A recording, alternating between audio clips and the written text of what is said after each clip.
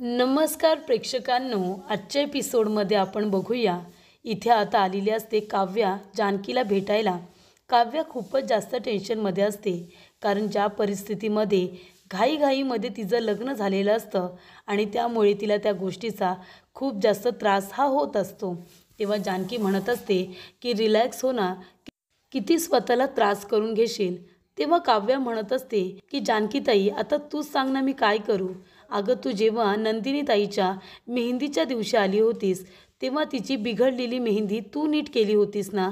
तू तिच्या हातावरती पारचं नाव लिहिलं होतंस आणि त्याच पारच्या नावाचं मंगळसूत्र आता माझ्या गळ्यामध्ये आहे. अगं, हे सगळं काय घडले माझ्याबरोबर. खरंच या सगळ्याचा त्रास होतोय मला. ज्याच्याबरोबर लग्न करण्याची स्वप्न बघितली होती, त्या जीवाबरोबर माझं लग्न नाही झालं आणि त्याच्याबरोबर नंदिनीताईचं लग्न झालं. ह्या सगळ्याला काय म्हणतात. तेव्हा इथे जानकी म्हणत असते की हे बघ, आता का झालं, कशासाठी झालं याचा विचार करण्यापेक्षा जे तुझ्या नशिबामध्ये आले ते स्वीकारण्याचा विचार कर. हे बघ, कधी कधी ज्या गोष्टी नकळतपणे आपल्या आयुष्यामध्ये घडतात ना, त्या चांगल्यासाठी सुद्धा घडलेल्या असतात, असं समजून आपण पुढे जायचं असतं. जे काही वाईट झालं ते सगळं मागे सोडायचं आणि आता जे काही तुझ्या पदरामध्ये आलं आहे ते चांगलं समजून ते स्वीकारायचं आणि तेच धरून आता पुढे वाटचाल करायची. हे बघ, तू अगं इथे कलेक्टरची परीक्षा देतेस आणि त्या परीक्षेमध्ये तू उत्तीर्णसुद्धा होणार, चांगल्या रँकमध्ये येणार आणि चांगल्या मार्कांनी पास होणार आहेस, मला माहिती आहे. आणि त्याच्यामुळे तू तुझ्या स्वप्नांकडे लक्ष दे आणि जी काही आव्हाने येतील ना आयुष्यामध्ये, त्यांना हसत खेळत सामोरं जायचं, स्वतःला इतका त्रास करून घ्यायचं नाही. तेव्हा इथे आता काव्य म्हणत असते की नंदिनीताई अगदी बरोबर बोलते. जानकीताईकडे सगळ्या प्रश्नांची उत्तरं आहेत. तुझ्याजवळ बोलले आणि खरंच खूप बरं वाटलं. तेव्हा चल, मी आता निघते, उशीर होतोय. असं म्हणाल्यानंतर जानकी म्हणते, नाही, असं नाही करायचं. लग्न झाल्यानंतर पहिल्यांदा तू शवाशीण म्हणून घरी आलीस की नाही, मग आता हळदी कुंकू लावल्याशिवाय नाही जायचं. आता नवीन नवीन लग्न झालंय ना, हळूहळू या सगळ्याची सवय होईल तुला. असं म्हणून जानकी तिला हळद कुंकू लावते आणि कपाळावरती तिच्या तांदूळसुद्धा लावते. तेव्हा इकडे आता काव्य म्हणत असते, अगं मी विसरलेच. हे बघ, मी तुझ्यासाठी काय आणले. हे बघ, नाती कशी जपायची हे तुझ्याकडून शिकलं पाहिजे आणि असंच पुढे जाऊन नाती जपण्याची शक्ती तुला मिळावी, ऊर्जा तुला मिळावी, त्यासाठी तुझ्यासाठी मी ही देवी याची मूर्ती आणली. तेव्हा जानकी म्हणते, खरंच काव्या, खूप सुंदर मूर्ती आहे, असं तिला म्हणते. त्याचबरोबर इथे ऐश्वर्या जोरजोरात हसत असते, वेळ लागल्यासारखी. तेव्हा इथे सारंग आश्चर्याने तिच्याकडे बघत असतो आणि तो म्हणत असतो की ऐश्वर्या, काय झालंय, एवढ्या टाळ्या वाजवून हसण्यासारखं काय झालंय. तेव्हा ऐश्वर्या म्हणते, हा मग काय, हसू नाही तर काय करू. अहो, बघताय ना तुम्हीच आता काय म्हणालात. त्या जानकीने आता सुमित्रा एंटरप्राइजेस आहे ती जानकी एंटरप्राइजेस म्हणून केली, म्हणजे कंपनीसुद्धा तिच्या नावावरती आणि त्याचबरोबर नावसुद्धा तिलाच. सगळं काही त्या ऋषिकेशचं तर आहे. घर त्याच्या नावावरती, कंपनी त्याच्या नावावरती, संपूर्ण शेती त्याच्या नावावरती. मग आपलं आहे तरी काय इथे. बघा ना, काही जानकी हुशार आहे हो.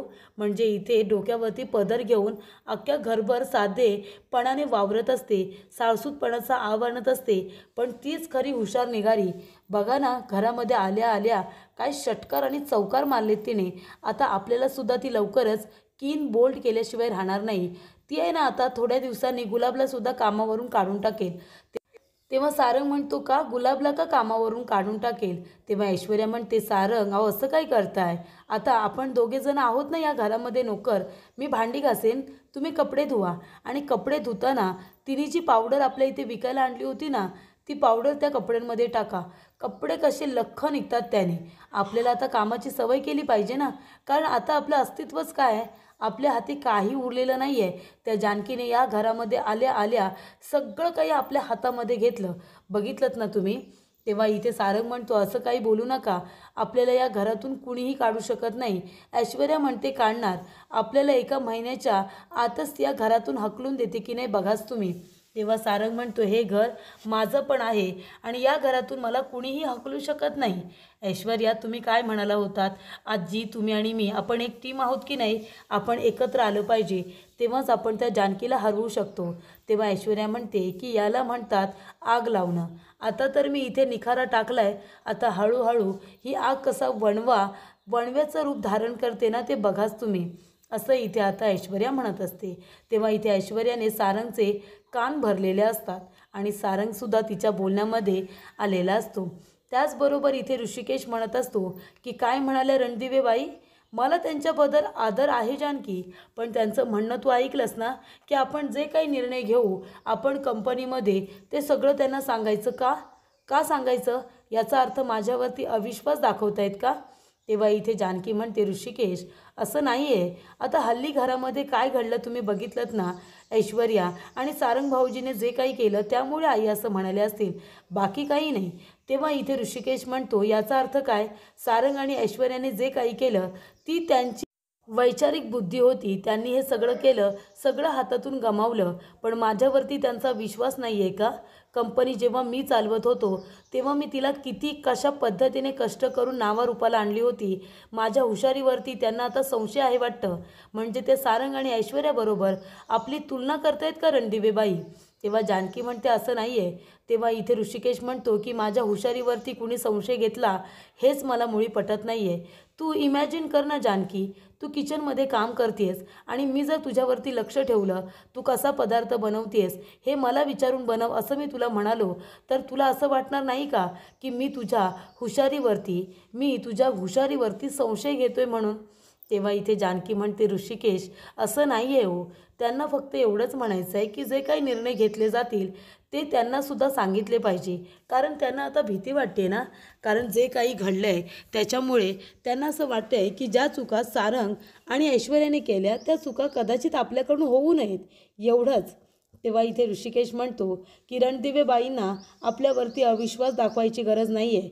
आपली कंपनी आहे आणि मला चांगलंच माहिती आहे आपली कंपनी कशी नावारूपाला आणायची ते.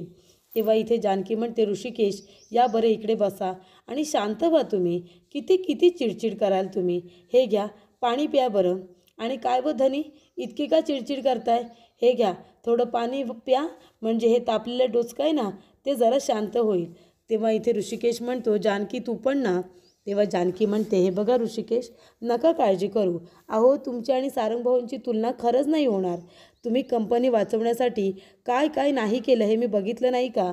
तुम्ही ती नावारूपाला आणलीत, बाकी काही नाही. तेव्हा इथे जानकी म्हणते की सगळं काही ठीक होईल. चला आपल्याला आता ऑफिसमध्ये जायचं आहे ना.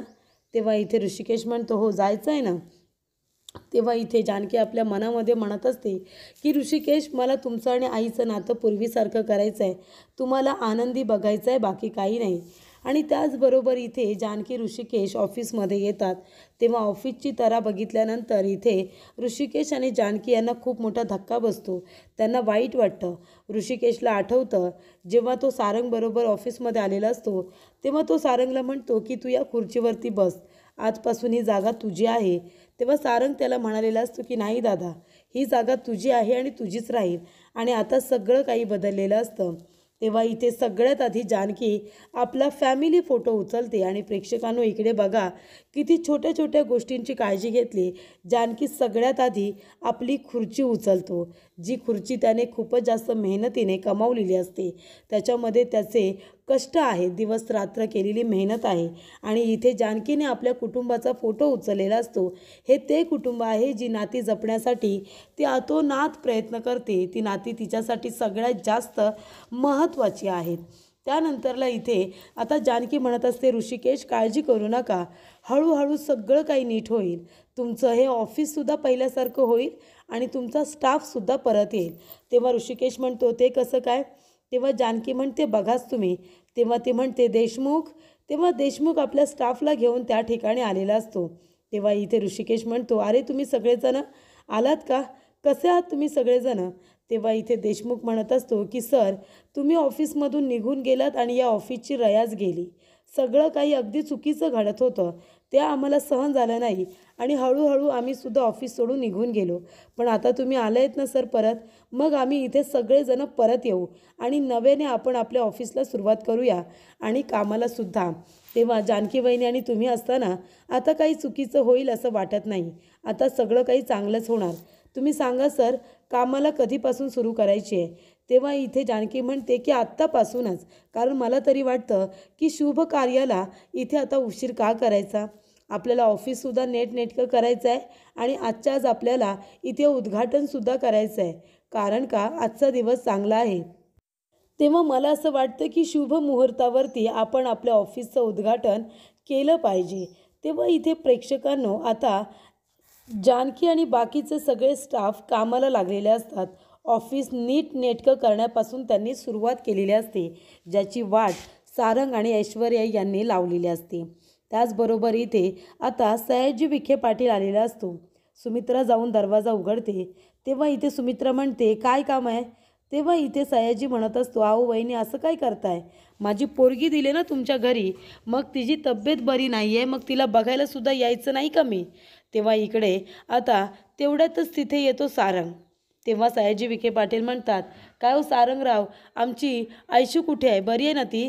तेव्हा सारंग म्हणतो, त्या त्यांच्या रूममध्ये रेस्ट करतायत.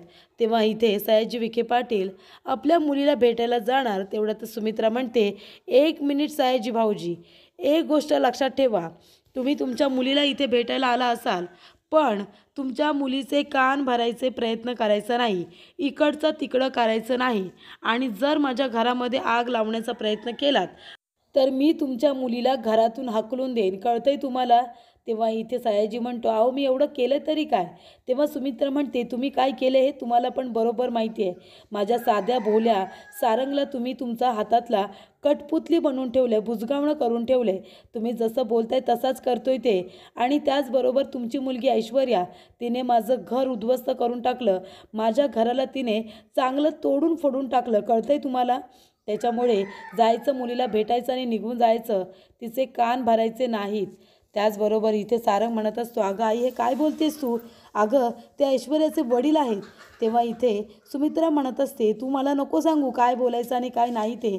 तेव्हा सारंग म्हणतो, आई बरोबर ना, आता तू माझं काय ऐकून घेशील? आता नवीन माणसं आली आहेत ना तुझ्याजवळ बोलायला, म्हणून आता तुला माझ्याशी काही देणं घेणं उरलेलं नाही आहे. तेव्हा आजी म्हणते, सारंग गप्प बस, आईची माफी माग. ही बोलण्याची पद्धत झाली का? मूर्ख कुठला. त्यानंतरला सयाजी विखे पाटील म्हणत असतो की ऐश्वर्या तुझी बॅग कुठे आहे? चल तुझी बॅग भर, आपण आपल्या घरी चाललो आहे. तेव्हा ऐश्वर्या म्हणते, अहो डॅडा मी कधीच आले असते, पण या घराला उद्ध्वस्त अजून मी पूर्णपणे केलेलं नाही आहे. तुम्हाला माहिती आहे का इथे काय चाललं आहे ते? तेव्हा इथे सयाजी विखे पाटील म्हणतात, अगं तुझी सासू माझा अपमान करते, म्हणते की मी इथे तुझे कान भरायला येतो, आताच्या आता तुला घेऊन निघून जा असं म्हणाली. तेव्हा इथे ऐश्वर्या म्हणते, त्या म्हातारीला मी नंतर सरळ करते, पण डॅडा सगळ्यात आधी त्या जानकीला सरळ करायला पाहिजे. ती आता घराचा ताबा तर तिने घेतला आहे, पण कंपनीसुद्धा आता तिच्या नावावरती झाली. सुमित्रा एंटरप्राइजेस जानकी एंटरप्राइजेस झालेली आहे. त्याच्यामुळे काही झालं तरीसुद्धा हे उद्घाटन चांगल्या पद्धतीने झालं नाही पाहिजे. असं काहीतरी करा की ते ऑफिस उद्ध्वस्त झालं पाहिजे, धमाका झाला पाहिजे डॅड, धमाका. त्या जानकीला मला चांगला धडा शिकवायचा आहे, तोंडावरती पाडायचं आहे तिला, एवढं कराल ना डॅड? तेव्हा इकडे सयाजी विखे पाटील म्हणतो की सगळं काही तुझ्या मनाप्रमाणे होणार आहे. त्यानंतर प्रेक्षकांनो इकडे आता रूम छान पद्धतीने सजवलेली असते, ऑफिस क्लीन केलेलं असतं, सगळ्या वस्तू जागच्या जागी ठेवलेल्या असतात आणि सजावटसुद्धा छान पद्धतीने केलेली असते. तेव्हा इकडे ऐश्वर्या म्हणते, ऋषिकेश आणि जानकी यांचं ऑफिस उद्ध्वस्त झालं पाहिजे. आणि त्याचबरोबर जानकी सगळं काही अगदी व्यवस्थित करण्याचा प्रयत्न करत असते. ती तिच्या नवऱ्याला त्याच्या खुर्चीवरती बसवते आणि म्हणते की धनी अहो इथे बसा, ही तुमची जागा आहे.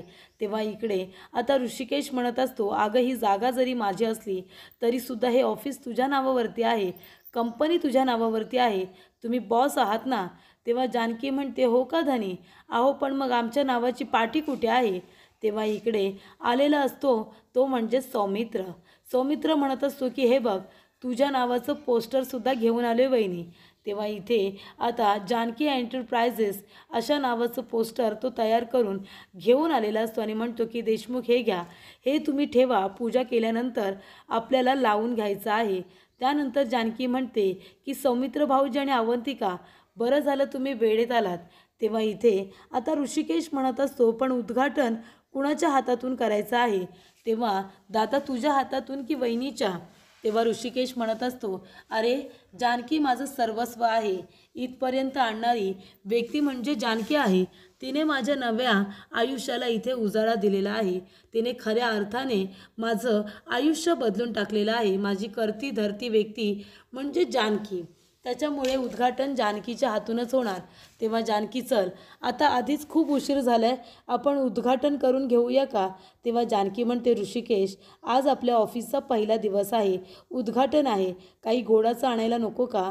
तेव्हा मी आत्ताच्या आत्ता जाते आणि काहीतरी माझ्या हाताने गोड बनवून घेऊन येते. तेव्हा सौमित्र म्हणतो वहिनी कशाला, मी जाऊन घेऊन येतो ना. तेव्हा जानकी म्हणते नाही नको भाऊजी, तुम्ही सगळेजण थांबा, मी लगेच जाते आणि लगेच येते. अवंतिका सांभाळून घे सगळं, काय हवं नको ते बघ हा. आणि जानकी आता घरी जाते. तेव्हा इथे सयाजी विखे पाटील रागानेच निघालेला असतो. तेव्हा इथे सारंग म्हणत असतो की डॅडा प्लीज थांबा ना डॅडा, प्लीज रागवू नका. तेव्हा इथे सयाजी विखे पाटील म्हणतो रागवू नाही तर काय करू, आमच्या इथे आल्यानंतर आम्ही इतका चांगला पाहुणचार करतो आणि तुमच्या घरी आल्या आल्या आमचा इतका अपमान, आम्ही हा अपमान सहन करणार नाही आणि कधी विसरणार नाही. तुम्ही बघितलं ना आमच्या ऐशूला, काय काय ऐकावं लागतं इथे, तिला घर फोडणारी बाई म्हणाली तुझी आई. आणि त्याचबरोबर इथे आता सयाजी विखे पाटील म्हणतात की त्या ऋषिकेशकडे बघ, तो त्याच्या बायकोच्या पाठी जानकीच्या पाठी खंबीरपणे कसा उभा राहतो आणि तुम्ही तुमच्या बायकोच्या पाठी उभे राहतात का?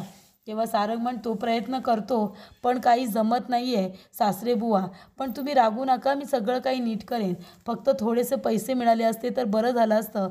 सगळं काही माझ्या हातातून निसटून गेले, म्हणजे कंपनी पैसा काही माझ्या नावावरती उरलेलं नाही आहे. तेव्हा आता सगळं काही आता आईच्या नावावरती झालं आहे आणि दादाच्या नावावरती आहे. थोडे पैसे मिळाले असते तर.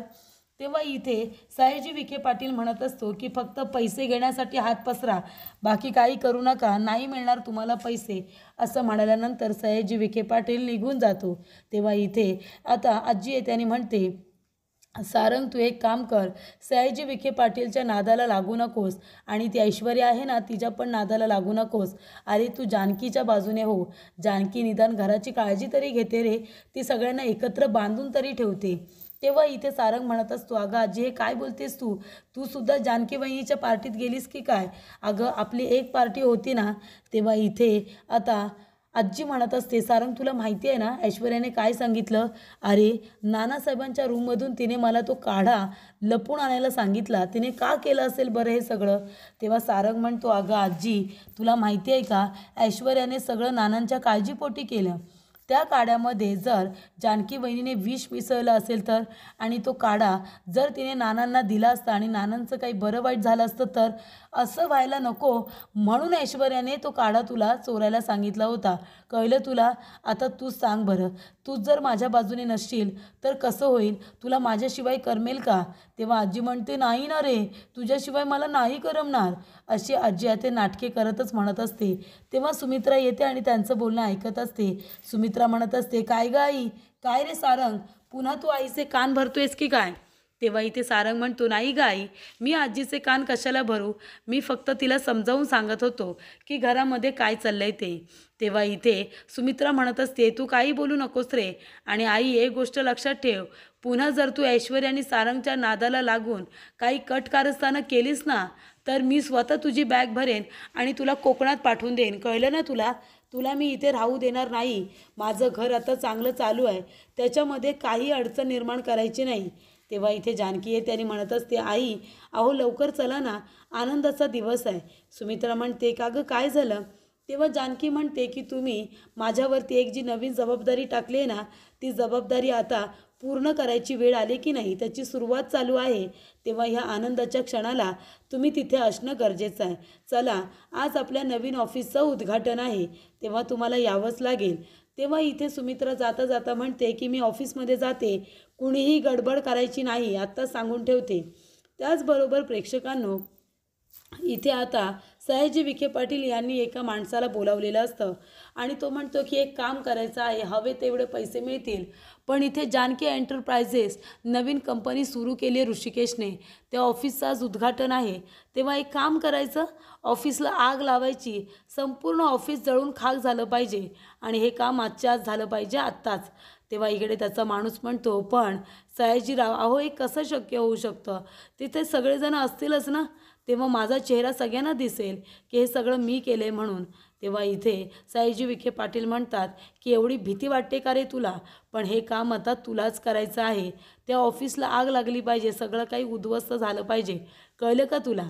त्यानंतर प्रेक्षकांनो इकडे आता ऑफिस क्लीन झालेलं असतं आणि त्याचबरोबर इथे सुमित्रा एंटरप्राइजेस हा जो काही पोस्टर असतो तो अवंतिका आता लावत असते. तेव्हा इथे सौमित्र मान वाकडी करून म्हणत असतो की थोडं वाकडं दिसतंय, थोडं वाकडं. तेव्हा इथे अवंतिका म्हणत असते आता बघ सौमी. तरीसुद्धा इथे सौमित्र थोडं वाकडंच म्हणत असतो. तेव्हा अवंतिकाच्या लक्षात येतं की फॉल्ट माझ्या लावण्यात नाही तर इथे सौमित्रच्या बघण्यात आहे. ती येते आणि इथे आता सौमित्रची मान सरळ करते आणि म्हणते आता बघ बरं. तेव्हा सौमित्र म्हणतो हो आता बरं आहे. तेव्हा अवंतिका म्हणते स्वतः मान वाकडी ठेवली होती आणि मला चुकीचं केलं असं म्हणतो. तेव्हा इथे अवंतिका म्हणते जानकी वहिनी कुठे आहेत? खूप उशीर झाला त्यांना यायला. तेव्हा इथे ऋषिकेश म्हणत असतो की जानकीचं असंच असतं, आता काहीतरी महत्त्वाचं काम करत असेल आणि मग तिला उशीर होईल इथे यायला. तेव्हा इथे ऋषिकेश फोन करतो. जानकी फोन उचलते आणि म्हणते इथे ऋषिकेश विचारतो अगं जानकी कुठे आहेस? तेव्हा जानकी म्हणते मागे वळून तरी बघा. तेव्हा इथे जानकी आता सुमित्रा आजीला घेऊन ऑफिसला पोचलेली असते. तेव्हा इथे आता ऋषिकेश जेव्हा तिथे रणदिवेबाईंना आजीला बघतो तेव्हा त्याला कळतं की जानकी कुठल्याही पद्धतीची मिठाई बनवायला गेली नव्हती, गोडधोड बनवायला गेली नव्हती, तर ती सुमित्राबाईंना आणि त्याचबरोबर इथे आजीला आणायला गेली होती. तेव्हा ऋषिकेश म्हणतो जानकीला कुठे आहे मिठाई, मिठाई दे. तेव्हा इथे जानकी गप्पच बसते. ऋषिकेश म्हणतो जानकी चल आता खूप उशीर झाला आहे, लवकरात लवकर ऑफिसचं उद्घाटन करून घेऊया, रिबिन कट करायची आहे. तेव्हा आजी म्हणते सुमित्रा बघितलंस का, अगं ऑफिसमध्ये उद्घाटनाला घेऊन आले पण तुला काय जळवायला का, खालीपणा द्यायला?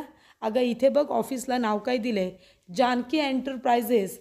अगं या कंपनीचं नाव आणि कंपनी कशी स्वतःकडे बळकावला बघितलंस का, आणि नुसतं नाव बदललं आहे तर बघ किती फरक पडला. सुमित्रा एंटरप्राइजेस ऐकायला किती छान वाटायचं ना, आणि इथे या जानकीने सगळं काही मी तर म्हणते काबीज केलं, काबीज. तेव्हा इथे आई म्हणत असतात की नाही गं आई हे काय बोलतेस तू, अगं हे माझ्या मुलांनी कष्टाने कमावलं आहे, हे जानकी एंटरप्राइजेस नाव हे तिने कमावलं आहे कष्टाने, मेहनतीने, नाहीतर हे सगळं आपल्या हातातून गेलं असतं. कळतंय का तुला? नुसतं ऑफिसच नाही तर ऑफिसचं नावसुद्धा बळकावलं असं म्हणणारी इथे आजी तोंडावरती पडलेली असते. तेव्हा आजी म्हणत असते अगं तिने आहे ना हळूहळू सगळं काही बळकावलं गं, घर, ऑफिस, कंपनी, आणि इथे तुला कशाला आणलं, फक्त देखावा म्हणून का?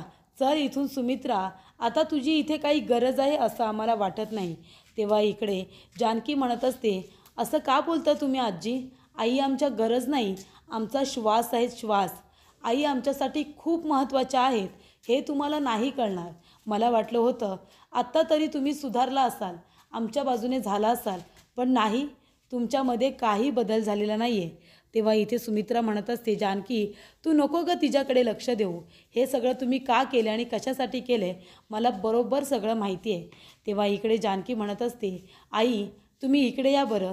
तेव्हा ऋषिकेश म्हणतो चल जानकी रिबिन कट करून घेऊया, उशीर होतो आहे. तेव्हा इथे आता नावाचा प्रश्न जर असेल ना तर याचं उत्तर मी नाही तर तुम्हाला ऋषिकेशच देतील. जेव्हा वेळ येईल ना तेव्हा सगळं काही व्यवस्थित झालं असेल तेव्हा इथे ऋषिकेश स्वतः माझं नाव बाजूला करून आईंचं नाव कंपनीला देतील, हा माझा विश्वास आहे. तेव्हा इथे आता आजी म्हणत असते बघ आता रिबिन कट करण्याचा मानसुद्धा जानकीलाच, तुला कशाला इथे आणले गं मग? तेव्हा जानकी म्हणते आजी कोण म्हणालं की हा मान मी स्वीकारणार आहे, हा मानसुद्धा आईंचाच, कारण हा जो काही आम्ही आता घाट घातला आहे, हे जे काही आम्ही उभं केलं आहे ते आईंच्या आशीर्वादामुळेच. आज ऋषिकेश जे काही आहेत त्या आईंच्या संस्कारामुळे, आईंनी वाढवलं ऋषिकेशला आणि ऋषिकेशला एवढं नावारूपाला आणलं. मग आता त्या आईचा मान इथे ठेवायला नको का? त्या आईचा उद्धार इथे केला पाहिजेच. तेव्हा इथे जानकी म्हणते की आई हे घ्या, हा मान तुमचा आहे, रिबिन कट करणं हा तुमचा मान आहे, माझा नाही. माझं जरी ऑफिसला नाव दिलं असलं ना तरीसुद्धा ही कंपनी तुमची आहे आई, हा मानसुद्धा तुमचाच आणि हे ऑफिससुद्धा तुमचंच, सगळं काही तुमचंच आहे, फक्त आपण एकत्र राहिलं पाहिजे एवढी माझी इच्छा आहे. असं म्हणून जानकी आता ताट आपल्या हातात घेते आणि म्हणते की उचला उचला इथे कात्री आणि काबा बरं, रिबिन कट करा बरं. तेव्हा इकडे आता सुमित्रा इमोशनल होते. जानकीने अगदी तिच्या मनालाच इथे बोट लावलेलं असतं, हृदयाला तिच्या हात घातलेला असतो.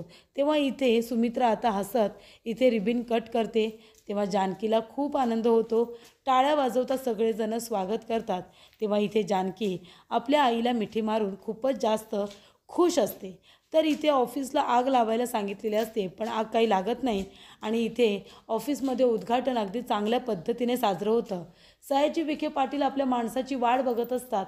ऑफिसला जो आग लावायला गेलेला असतो त्याची वाट बघत असतात, पण फोन पण येत नाही आणि त्याने फोनसुद्धा बंद करून ठेवलेला असतो.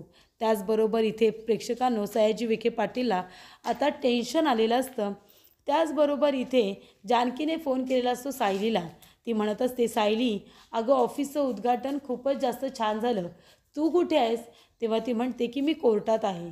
तेव्हा ती म्हणते ठीक आहे, तू कोर्टात आहेस ना, मी लवकरच तुला भेटायला येईन, काळजी करू नको. तेव्हा इथे जानकी म्हणत असते की सायली सायली ही प्रत्येक संकटाशी दोन हात करते आणि तिचा नवरा खंबीरपणे तिच्या पाठीशी उभासुद्धा राहत असतो. तेव्हा इथे आता जानकी म्हणत असते, बरं ठीक आहे, मी आता फोन ठेवते, आपण लवकरच भेटूया. तेव्हा जानकी म्हणते, मला जाऊन आता सायलीला भेटायला हवं. ती दर वेळेला प्रत्येक वेळेला माझं मनोबल वाढवत असते, मलासुद्धा ती शहाणपण शिकवत असते. ठरलं तर मग लवकरच मी जानकी आणि मधुभाऊंना भेटण्यासाठी आता जाणार आहे, असं जानकीने ठरवलेलं असतं.